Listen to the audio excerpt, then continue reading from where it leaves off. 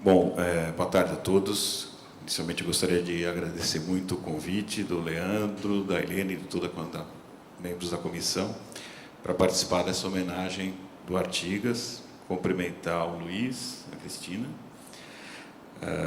parabenizar o Luiz pela brilhante apresentação. Bom, eu vou fazer algo que geralmente não faço, que é ler um texto. Espero que não estoure muito tempo. Arquitetura e cidade em Vila Nova Artigas. Uma interpretação possível da obra de Artigas é aquela que distancia a arquitetura da cidade. O volume fechado em relação à rua, que induz todo o interesse para o seu interior. Um mundo distinto daquele que se encontra para além da soleira. Do primeiro pórtico, do volume ou do muro, que demarca o espaço privado, o espaço privado do logradouro público. Antes de acompanhar essa interpretação, vale revisitar rapidamente alguns dos seus projetos. Na Casa Rio Branco Paranhos, para além da relação imediata com a obra de Wright, interessa perceber uma característica do projeto e da obra, a sua relação com a cidade. Uma residência burguesa, como a literatura de arquitetura gosta de registrar, em um lote acidentado. As operações projetuais de Artigas, criando os patamares e dinamicamente os volumes em espiral da residência, não são atributos exclusivos da edificação. Elas se iniciam na modelação do próprio lote. Edifício e lote compõem uma unidade. A arquitetura da casa ganha o lote e o constrói. Esse lote, arquitetonicamente construído, ainda que seja uma fração, resulta de uma ação de construção da cidade pela arquitetura. O lote, um elemento artificial, fruto de uma operação urbana, é um dado, um condicionante. A obra de Artigas não apenas reconhece esse fato, mas o tensiona, propondo uma forma de construir a cidade através da arquitetura. Na fração do lote, redesenhado desde o muro de divisa com a calçada, é a cidade que também é projetada. O lote, fruto do porcelamento, representa o limite à construção de uma nova cidade, mas não deixa de ser a instância possível porque efetiva de elaboração da relação entre o construir, a cidade e a arquitetura. Esse tipo de operação, cuja concepção, limitada pela condição do lote, como parcela do solo urbano, ganharia novas dimensões com outro projeto, também um lote, mas cuja situação e programa permitiram a Artigas trabalhar projeções de cidade de forma mais profícua. No caso, é o edifício Louveira, em que o Artigas, numa quadra, não ocupando a quadra toda, mas uma porção substantiva da quadra, ele propõe, através daquelas duas lâminas e da área central, uma nova organização da cidade, um protótipo de uma nova organização da cidade. Aquelas duas lâminas, elas podem ser interpretadas com aquela espacialidade interior como um protótipo que poderia ser reproduzido na cidade como um todo. Então, da mesma forma que lá na Casa Rio Branco Paranhos, de uma orientação wrightiana para esse edifício Loureira, é o projeto da cidade que se manifesta junto com o projeto arquitetônico. Ambas as soluções indicam o ideário arquitetônico em desenvolvimento, no qual preocupações modernas, como projetar a nova cidade industrial, uma constante, ganham novas dimensões, à medida que as interlocuções arquitetônicas que Artigas procurava estabelecer vão se ajustando aos seus ideais políticos, também em mutação. As soluções espaciais em relação com a cidade vão adquirir novas resoluções, o aprofundamento das linhas projetuais que desenvolvia com os projetos das residências da segunda metade da década de 50, as residências Olga Bercó e Tax Bittencourt, em 56 e 59. Na Casa Olga Baeta. Na Casa Baeta, as empenas de concreto registravam a impressão digital das tábuas, através das formas expostas no vertical.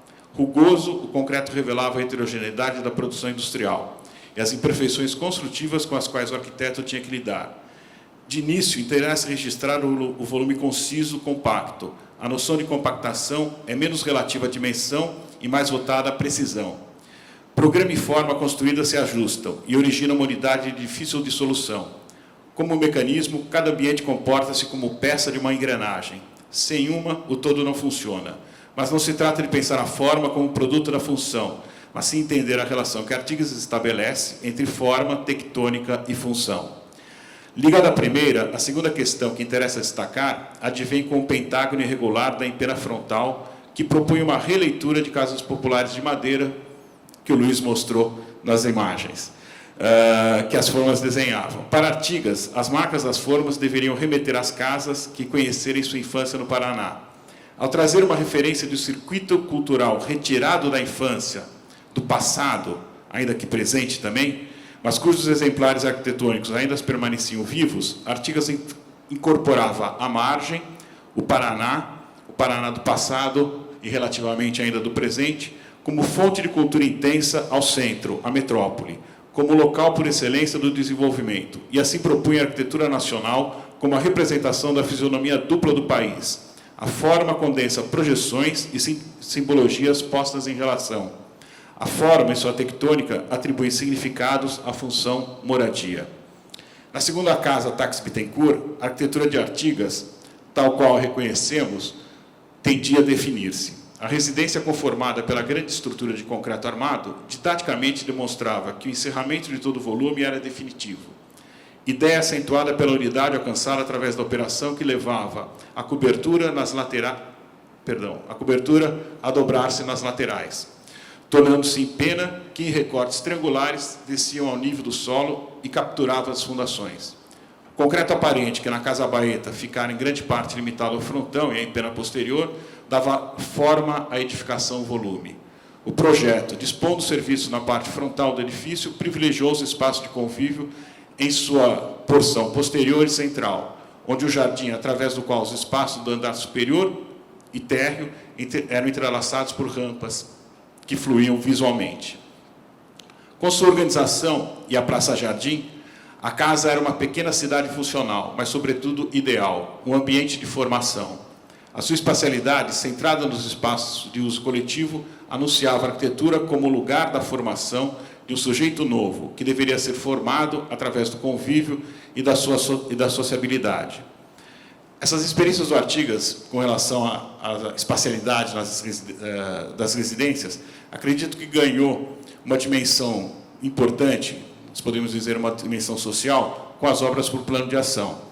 O plano de ação foi um plano implementado pelo Carvalho Pinto de 1959 a 1963, que projetou por volta de 800 equipamentos públicos no estado de São Paulo. A maioria deles escolas, mas também fóruns, hospitais, unidades de atendimento de saúde, casas da agricultura e outros tipos de edificações esparsas, como o Tribunal de Contas de São Paulo, o Hospital do Servidor Público, enfim, obras que até hoje estão presentes. E uma dessas obras é justamente a FAO. Mas, antes da FAO, o Artigas projetou, no plano de ação, Itanhaém, Guarulhos, Utinga, 3 escolas em que essa concepção dos espaços, né, do grande espaço organizador, dotou aquela linguagem, né, iniciada nas casas de um sentido social, né, profundo.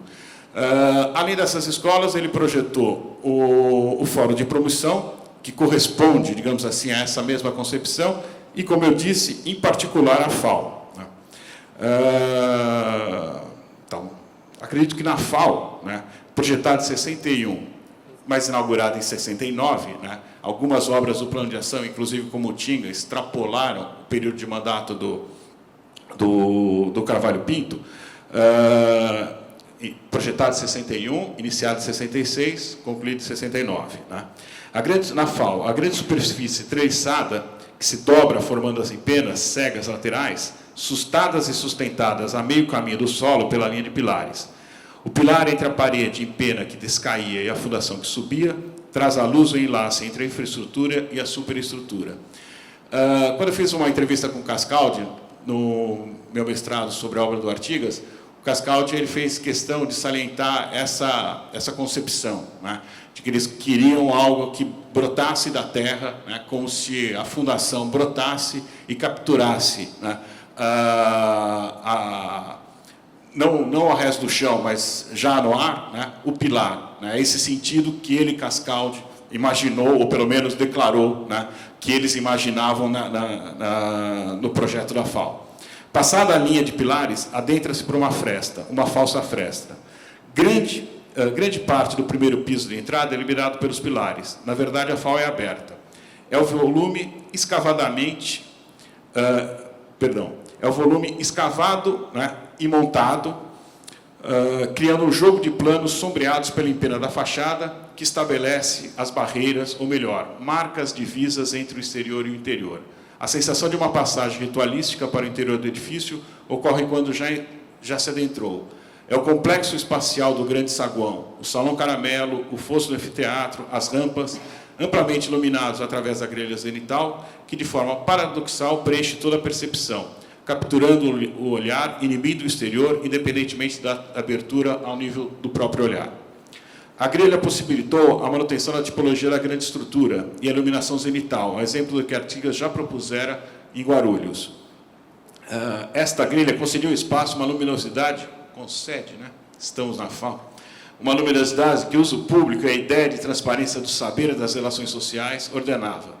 O que nascia entre as empenas e sobre a grelha luminosa, a exemplo dos outros equipamentos projetados para o plano de ação, era a ideia da cidade, ou melhor, de uma nova cidade. O pensamento citadino ganhava sua expressão maior, mas através de uma chave que elaborava uma cidade ideal e, nesse sentido, cada vez mais dissociada da cidade real, o que, no caso da FAUSP, no campus isolado, né, da cidade universitária, era uma decorrência direta.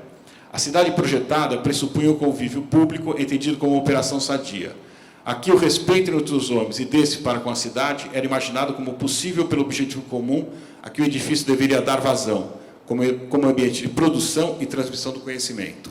Os projetos de Artigas, ao adquirir definitivamente uma dimensão de uso social, colocam em relação o projeto de sociedade, o projeto de cidade e o projeto de edificação.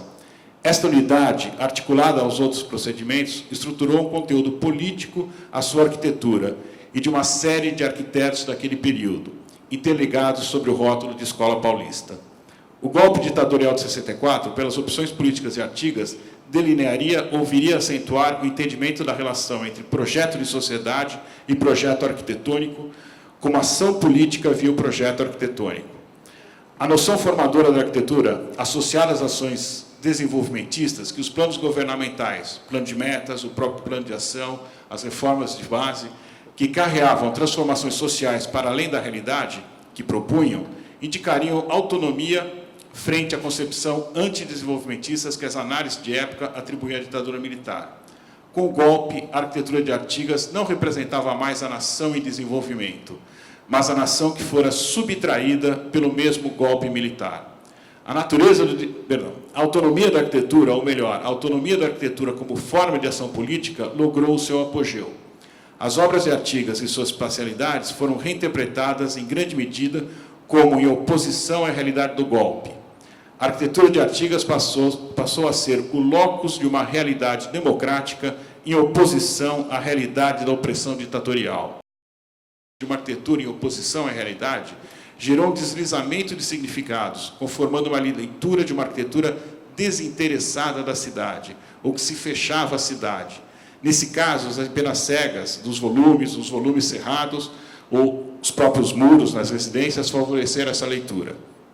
Todas as soluções que levavam a cidade à obra arquitetônica, que construíam com a obra arquitetônica a cidade, foram esmaecidas frente à ideia de uma arquitetura de representação de uma realidade anterior ao do golpe, e essencialmente de formação e oposição à realidade social vivida, à realidade da própria ditadura militar.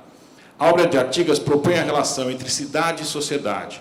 Agora a relação era esmaecida a favor de uma noção que foi ganhando força, que introjetava na edificação significados próprios da relação. A edificação passa a conter a cidade e o projeto da sociedade. Artigas, no quadro das disputas políticas no final dos anos 60, que se desenrolaram no interior da categoria, que o Luiz também capturou uma frase dele aqui sobre a guerrilha, e na própria FAUSP, permitiu e incentivou a exacerbação do fazer político através do projeto arquitetônico. Mas, ao mesmo tempo que incentivou a dimensão política do projeto arquitetônico, como na aula inaugural de 67, que deu origem ao texto O Desenho, no qual o significado transita em direção à noção de desígnio, desenho como desígnio, e que reforçava a visão de momento da arquitetura, não apenas a sua, mas da arquitetura moderna, em oposição à realidade, 2 anos depois, em 69, escreveu o texto Arquitetura e Construção, do qual, ciente ou não da contraposição entre arquitetura e cidade, que o tensionamento de suas posições políticas acarretavam, recolocou o fazer arquitetônico a partir da casa em relação à cidade. Para tanto, utilizou como referência o texto de Martin Heidegger, Construir, Habitar e Pensar, de 51, texto que amplamente conhecido. Nele, o filósofo alemão buscava estabelecer, a partir do estudo semântico das palavras, as ligações entre o ser e o habitar. Fazia-o informando. As páginas que se seguem são uma tentativa de pensar o que significa habitar e construir. Esse pensar, o construir, não pretende encontrar teorias relativas à construção e nem prescrever regras à construção. Este ensaio de pensamento não apresenta, de modo algum, o construir a partir da arquitetura e das técnicas de construção. Investiga, bem ao contrário, o construir para reconduzi-lo ao âmbito a que pertence aquilo que é. A primeira questão que vem à mente é porque um texto declaradamente não arquitetônico, no qual o que é ser era e é a pergunta manifesta, alicerçaria o pensamento do Artigas sobre a unidade entre a casa e a cidade. Vejamos, no texto Arquitetura e Construção, a semântica entre o habitar e o ser, entre o ser e a moradia, levava Artigas a inferir a casa como a universalizar-se, tornando cidade. As outras edificações, a ponte, o estádio, etc., citados no texto, tornavam-se prolongamentos da casa, e dessa forma a cidade. As relações desmaecidas, sempre presentes em sua obra, renasciam no texto, como uma simbologia forte. A cidade é uma casa, a casa é uma cidade. Citando Albert sem declarar, a cidade é uma casa grande e a casa, por sua vez, é como uma cidade pequena, a citação original do Albert, Artigas afirmaria: encontro com a casa na cidade para construir com ela a casa da nova sociedade. Pouco antes de finalizar o texto, esclarecia de que nova sociedade falava. A cidade industrial é a casa da sociedade nova. Elas criam-se mutuamente aos poucos. No calor da hora, no calor das discussões da década de 60, a urgência por transformações e definições guiava o debate ideológico e alimentava o embate político. Em 69, no ano seguinte ao decreto do AI-5, que atribuía poderes quase absolutos ao regime militar, se por um lado a reafirmação do projeto nacional desenvolvimentista era visto como fundamental por Artigas, por outro sua viabilidade era questionada por várias organizações que aderiam direta ou indiretamente à luta armada. No texto, contra essa postura da inviabilidade, afirmava serem grandes os obstáculos, a própria ditadura militar, para desenvolver plenamente a criatividade. Entretanto, a conclusão era precisa, mas importante é a atitude. A atitude derivada de uma estratégia de longo prazo. Citando o texto, ele dizia: elas criam-se, a cidade e a casa, mutuamente aos poucos. Que a doutrina política do Partido Comunista, a atitude derivada de uma estratégia de longo prazo que o Partido Comunista brasileiro ditava. Para ela, o país deveria inicialmente conhecer uma revolução burguesa, uma fase democrática clássica e depois uma revolução social, proletária. Atitude integrada ao fazer arquitetônico como a digressão da casa-cidade, feita com criatividade, indicava. Bom, tentar uma rápida conclusão. Ainda que o arquiteto devesse continuar fazendo arquitetura, e esse fazer fosse o meio de atuação política do arquiteto, como Artigas salientava, onde ficam ou ficavam a arquitetura e a cidade nesse enredo? A presença de ambas seria apenas retórica? Para Artigas, em 69, a sociedade almejada era a democrática industrial, e esta era um projeto para o Brasil. Artigas procurava repor ou postular a recomposição dos significados que as várias relações que sua obra logrou, mas que com o golpe podiam se perder, que previam a necessidade de alinhar a arquitetura, a casa, cidade e um projeto para além da arquitetura. No texto que o artigo utiliza, Heidegger questiona o verdadeiro significado da crise habitacional, que seria mais antiga do que as guerras, e a situação do trabalhador industrial. Para ele, a crise propriamente dita do habitar, citando Heidegger, consiste em que os mortais precisam sempre de novo buscar a essência do habitar, consiste em que os mortais devem primeiro aprender a habitar. O que o texto de Heidegger explora é a interdição das conexões entre construir, habitar, pensar e nosso modo de ser na Terra. Trata-se de uma crise, da perda do sentido de como ambos, construir e pensar, pertencem ao habitar. Essa perda de significados que gera em oposição à busca pela reversão da interdição, delineia o pano de fundo das preocupações de Artigas. Para ele, a ditadura militar era o agente da interdição. O que Artigas induz a utilizar o texto de Heidegger é a busca por repor, no plano poético, as relações que a sua obra foi forjando, relações múltiplas e seus procedimentos arquitetônicos, que colocam a sociedade, a cidade, a arquitetura e o fazer arquitetônico, incluindo sua dimensão social, em uma teia de ligações e significados amplos. Mas as referências de Artigas não se limitam ao próprio texto de Heidegger. Muito provavelmente estabelecia um diálogo com as formulações de Aldo van Eyck e sua concepção de claridade labiríntica, citando o trecho da claridade labiríntica de Van Eyck. Uma árvore é uma folha e uma folha é uma árvore. A casa é a cidade e a cidade é a casa. A cidade não é cidade a menos que seja também uma grande casa. A casa não é casa a menos que seja uma pequena cidade. Na formulação de Van Eyck, sobressai a dimensão dialética entre a parte e o todo, a casa e a cidade. Dimensão já vista e oposta à interdição, que denuncia e, ao mesmo tempo, demonstra sua iniquidade. Os questionamentos às orientações do Partido Comunista não levavam apenas à luta armada, mas também à negação da política de alianças com os setores progressistas das camadas dirigentes idealizadas, naquele momento, como progressista, a burguesia nacional, que Artigas defendia. Essa aliança implicava em uma atuação política sempre restrita, pois os problemas gerados em razão das contradições sociais deveriam esperar a fase democrática para ganhar a possibilidade de ser explorado. A restrição a uma atuação política direta, fosse ela qual fosse, pelo projeto ou pela militância deslizando para a luta armada, levou Artigas a uma atuação de duplo sentido, No plano da escrita, encontrou da dimensão poética uma forma de expressão que procurava conciliar suas ideias entre arquitetura, projeto de cidade e projeto de sociedade.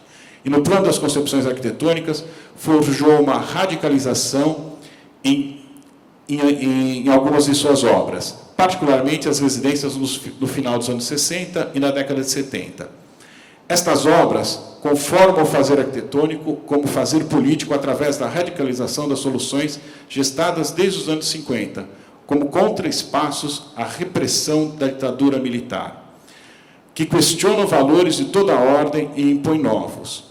Elas assumiam os deslizamentos de significados apontados anteriormente, como a indiferença em relação à cidade existente e a potencialização de um espaço formador de uma nova sociabilidade e de uma nova forma de vida, de uma nova cidade. Sobre a Casa Domsky, de 74, Artigas afirmou: a casa marcou uma nova fase em todo o tratamento volumétrico e formal daquilo que podia chamar de fachada, que a fachada desapareceu daí para frente. Desapareceu, ele reafirma.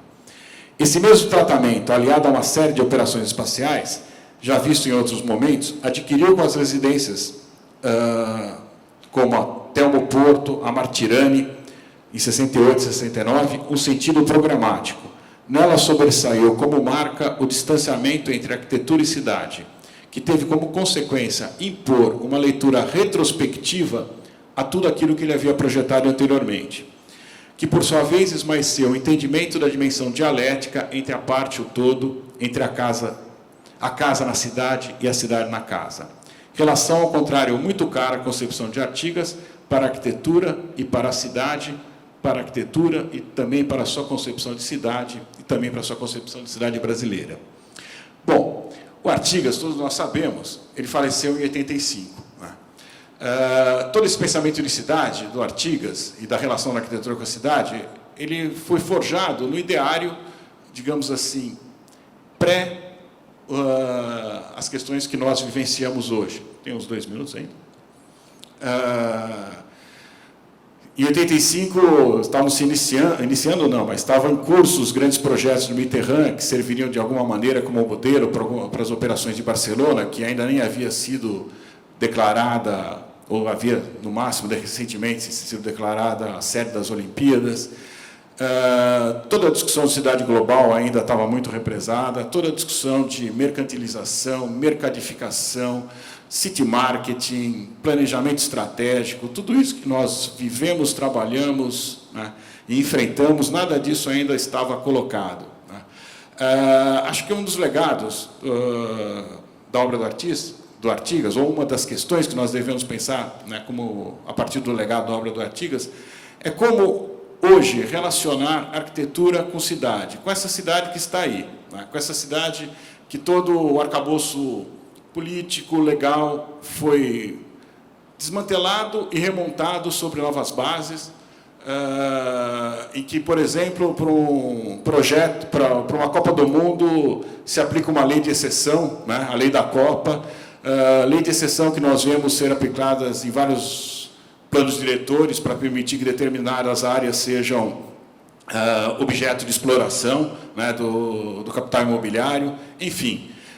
A cidade hoje, ela tem uma conformação, acredito, distinta, né, daquela cidade que o Artigas para aquela cidade que o Artigas pensava, imaginava. Distinta não significa absolutamente diferente, mas significa que necessariamente as questões, essa relação entre arquitetura e cidade, nesse momento, eu acho que nós devemos repensar, né, buscando estabelecer, né, guardar aquilo que é perene, próprio, né, da arquitetura, e aquilo que é mutável, né, que são as questões sociais e políticas que adquirem conformações diferentes. Era isso. Obrigado.